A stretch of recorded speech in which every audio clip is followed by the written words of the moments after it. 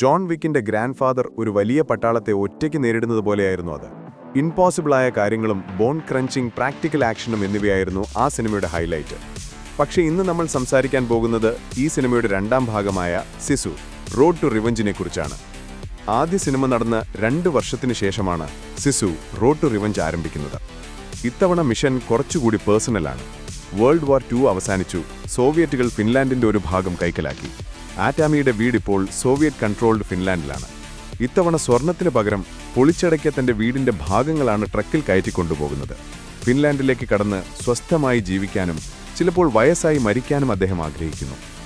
ആദ്യ സിനിമയിലെ ഗോൾഡ് പോലെ വലിയ സാമ്പത്തിക മൂല്യമുള്ളതല്ലെങ്കിലും ആ വീടിന്റെ ഭാഗങ്ങൾ അയാൾക്ക് വിലമതിക്കാനാകാത്തതാണ്. നഷ്ടപ്പെട്ട തന്റെ കുടുംബത്തിന്റെ ഓർമ്മകളാണ് ആ വീട് പ്രതിനിധാനം ചെയ്യുന്നത്. പതിവ് പോലെ വില്ലന്മാർ വരുന്നു, ആറ്റാമി അവരെ കൊല്ലുന്നു. പക്ഷെ നാസികളെ പോലെയല്ല ഈ സോവിയറ്റുകൾക്ക് ഇയാൾ ആരാണെന്ന് കൃത്യമായി അറിയാം. അവരോട് യുദ്ധം ചെയ്തതുകൊണ്ട് ഇയാൾ അവർക്കൊരു ലെജൻഡായി മാറിയത്. അതുകൊണ്ട് തന്നെ ഈ കോൺഫ്ലിക്റ്റ് കുറച്ചുകൂടി പേഴ്സണലായി തോന്നും.